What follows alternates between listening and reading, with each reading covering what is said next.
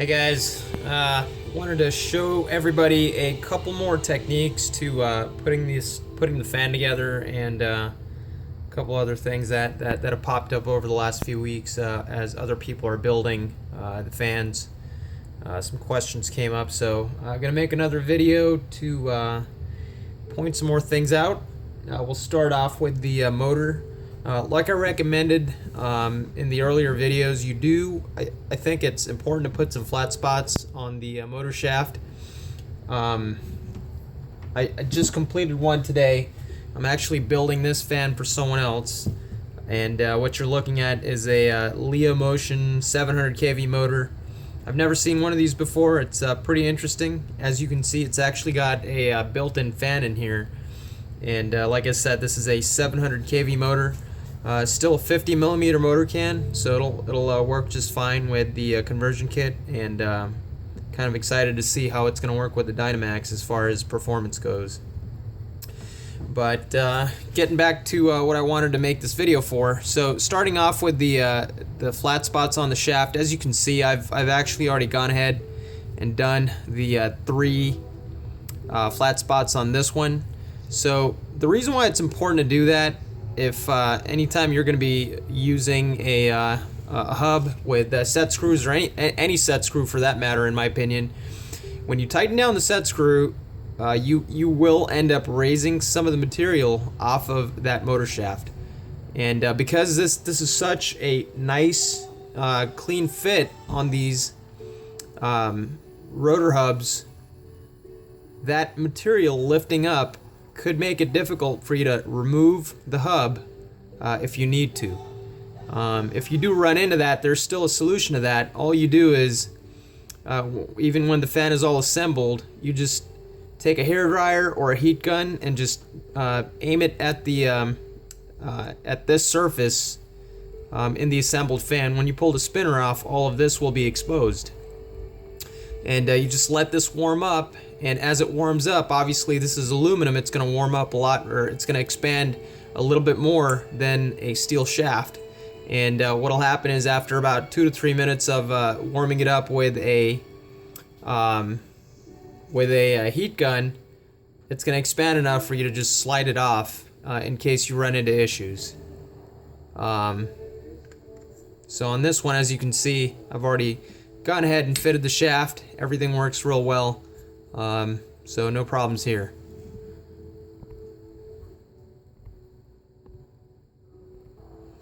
Sorry about that. Had a error message on my phone, but I had to clear that. So getting back to it, so in order to figure out where exactly you need to make those flat spots, what I do is I'll take the center body, go ahead and put at least tighten down one of the screws, the M4 screws, into the face of it, tighten it down. Once it's all nice and tight, being held in place, I'll slide the hub on here. And of course, by that point, you should have already fitted the hub, or you should have already reduced the diameter on the shaft to get the hub to fit. But I'll go ahead and slide the hub on here. As you can see, it bottoms out right there. Now, you don't want it to be completely bottomed out when you tighten the set screws down, so you want to pull it forward about a millimeter and a half, just so you have a little bit of clearance from the face of the motor. When you have that, and forgot to mention, you want to go ahead and have your set screws already ready to go in there, so all 3 of them, before you start this step. So once you offset it by about maybe a millimeter or so, go ahead and expose or turn the motor to a point where you can see the access point here for your Allen wrench. And all I do is I take my Allen wrench at this point, drop it in there, tighten that set screw down. As I tighten it down, initially I'm not going to do it too much. I just want to lightly mark the shaft so I know where it needs to be ground down. And I'll do that to all 3 set screws. Once that's done, go ahead and loosen up the set screws, pull your hub off, and you should have some decent marks on the shaft at that point to be able to do this. Now, if you can't get the marks to appear for some reason, I can give some rough numbers here. Get my measuring device. So if I look at this, zero this out.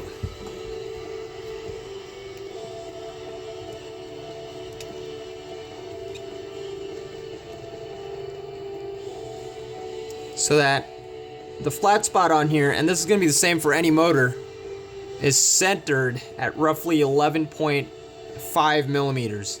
Okay, roughly 11.5 millimeters from the face of the motor. Okay, so whatever surface is raised the most, you want to offset by about 11.5 millimeters.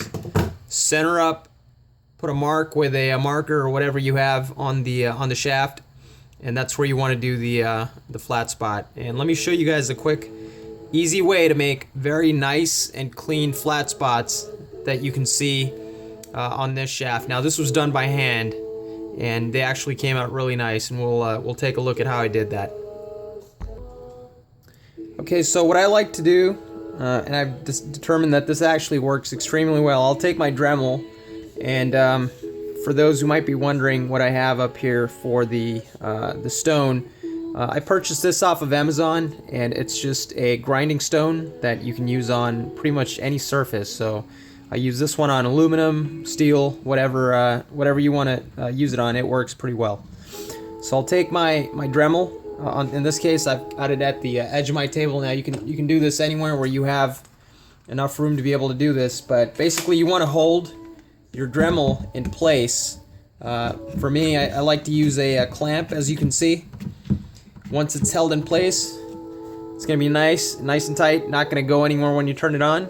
And when you're all set and ready with the machine running, and your shaft all marked up, all you do is hold it extremely steady right next to this, and that'll give you a nice, clean, very squared off flat spot on this motor shaft.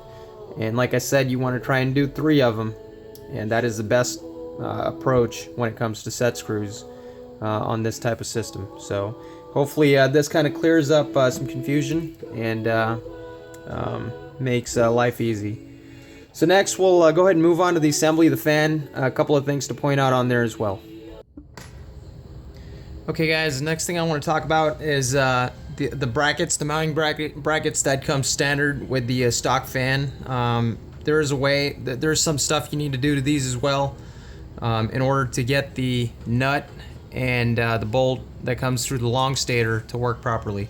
So the problem here is that if I put this nut down right next to the hole for the screw coming from the long stator, there's not enough room for that nut to be able to turn freely. All right, it's the diameter on the nut is too large for the amount of room that we have here. So what we have to do is make a slight groove right over here in this area that the nut can sit in. So in order to do that, what I like to do again is here's my Dremel. I've just got a cutting wheel on the front of it, and all I'm gonna do is make a groove or a little spot right in front of the hole here for the long stator screw, just large enough for that nut to sit there and be able to spin freely and have enough room to where the screw can come in completely straight. So gonna go ahead and start doing that.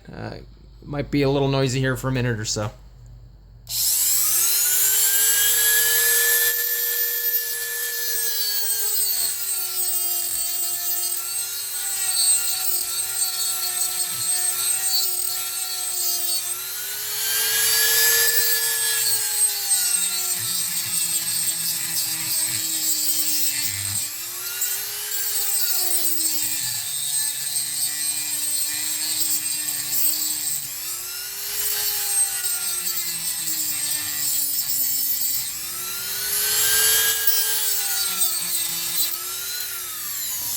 Okay, so let's see if that's gonna work.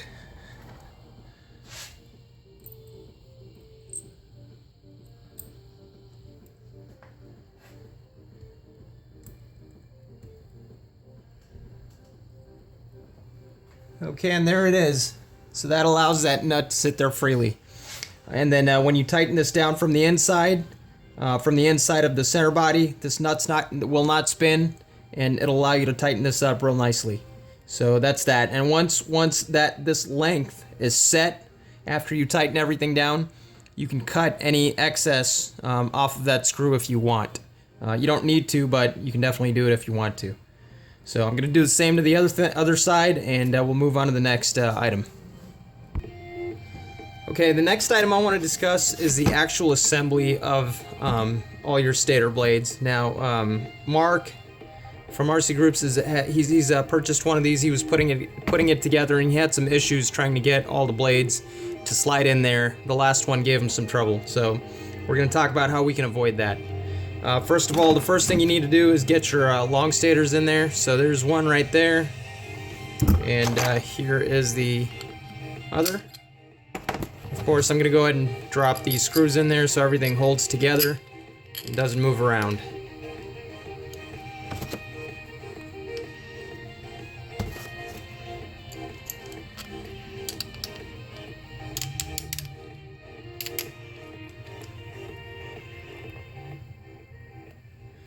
Okay, so there it is.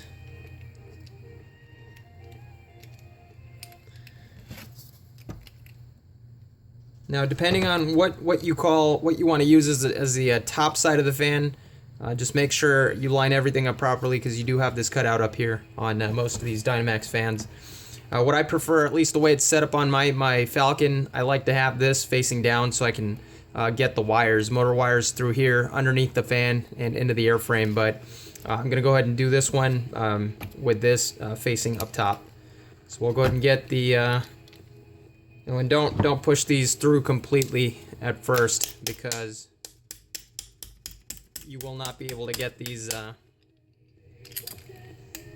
through the shroud.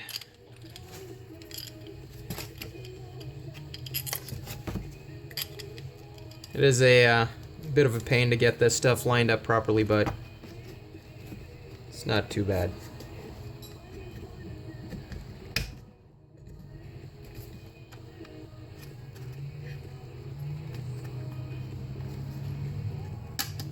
Okay, so there's one, pop through, and there's the other.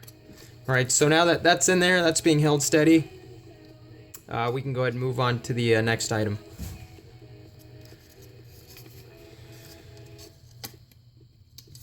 Alright, so installing all these small stator blades, there is a technique to it that I like to use. And before I move on to that, I want to mention one more thing. Just keep in mind you have this cutout to get your set screw in from the top of the fan. Remember, in order to be able to use this, you need to drill a hole 35 millimeters from the leading edge of the shroud to the back, ensuring that it lines up with this. So 35 millimeters back, and accordingly you're gonna have to cut out the foot probably about that much off of one of these small stator blades. It doesn't really affect the performance or anything, so don't worry about that, but that's what you have to do. So I'm going to start by getting the top stator blade down in there, and then what I do is I go 180 degrees the opposite direction. So next one I slide down will be this one. So at this point it should be nice and steady in there, shouldn't move around too much, and what I'm going to do is I'm just going to go around the horn in that same manner, getting opposite blades in one after the other. So once I have all that down, I'll come back to the video. Okay, something to mention, as you start putting more and more blades in there, it's going to get the shroud starts becoming pretty rigid, so it's going to get difficult to put more blades in, or the next blade in that pattern. So what you should be doing is using two fingers, you should be pulling this down and pulling the shroud up.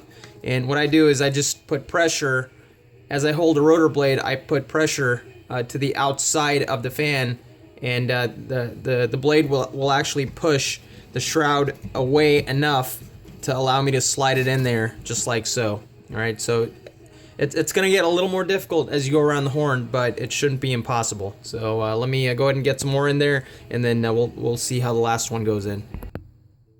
Okay, so I'm down to the last blade. Let's see how it goes in. Again, it's going to be a little more difficult than the rest of them, because it does get pretty rigid as you put in all the blades, but as you can see, still went in there without a problem. Alright, and there you have it. That's your center body all set up. At this point, all you need to do is get your L brackets in there, and before you do that, get the nut on. And because I can't, the way I did it, I'm not going to be able to turn this nut, so what I do is I just push the screw out enough to where I can keep the nut in place, and then I'll start screwing these in from the inside. Now you're gonna have to find a wrench that's gonna work with that.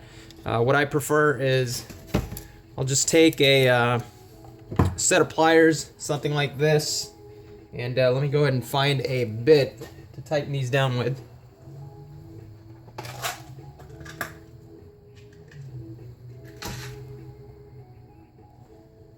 So I'll take that. Here's a bit. I'll just stick that into the screws. Now initially, you're just going to be able to hand tighten that pretty easily. Okay, that's not difficult at all. So I'll hand tighten it just like you see me doing here.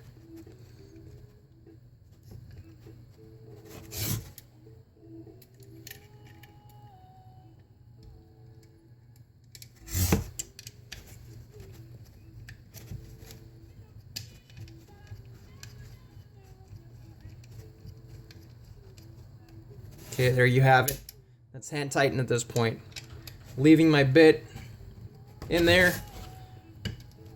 I'll just take these pliers and I'll start tightening down one turn at a time. Now, unless you have a wrench that can fit in there, and they do make them, I just haven't had the chance to buy that wrench, but they do have them. So I just do a couple of turns of that, and you'll know when it's nice and tight and it's not going to come loose. So at this point, you can see there's a little bit of that screw extending out. Like I said, you can cut that off or you can leave it. Really not going to make a huge difference. So, but there you have it. Okay, that's the basic assembly of the stators, and a couple of tricks to make your life easy. So at this point, all I have left to do is put the rotor together, and we'll talk about that real quick. Okay, when it comes to putting the rotor together, last time I mentioned just assembling all your blades on the washer first, and once it's all ready, you just slide the hub onto the washer. Another way to do it, if you don't have a vise, because if you have all of these blades set up on here, you will need a vise or a press to push the rotor hub into this entire setup for it to work properly. Now, if you don't have a vise or a press, another thing you can do is get the blades on here first onto the new machined hub, and these are going to be kind of snug. Okay, so there's one blade, it's completely set. The only problem is you have to make sure that, because these notches have to go into a certain part of that blade, so you have to make sure everything's lined up. So as you can see at this point, it's not lined up right. I can't get the screws in there. So what I'm going to do is I'll go ahead and pop this off. I'll throw it on, or I'll throw my washer onto the hub, and I'm going to go ahead and put a couple of the 440 screws in to hold it in place. I'm going to tighten them down just enough so that everything's lined up properly. That's all I want at this point. So there you go. Everything's lined up. I know where it all needs to be. So I'll pull this forward. Go ahead and... So at this point, I know everything's lined up. That blade is in that notch. I just want to press this together. All right. That's going to take a little bit of force to do so.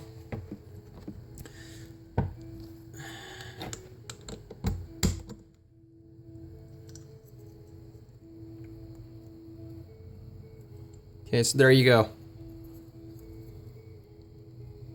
Just make sure it's nicely seated. All right, and it is. All right, that's down. And I'm going to double check to make sure that it lines up. And there you go. Everything lines up with that washer. So, and now in the same manner, I'm just going to go around the horn, getting the rest of the blades in here, just like I did with the first one. And this will, if you don't have access to a vise, this will make it easy for you. And that's about it. Once you get through with all of this, you just assemble the fan together just like I showed in the last video, and bam, you're all complete. So hope this helps. Thanks, guys.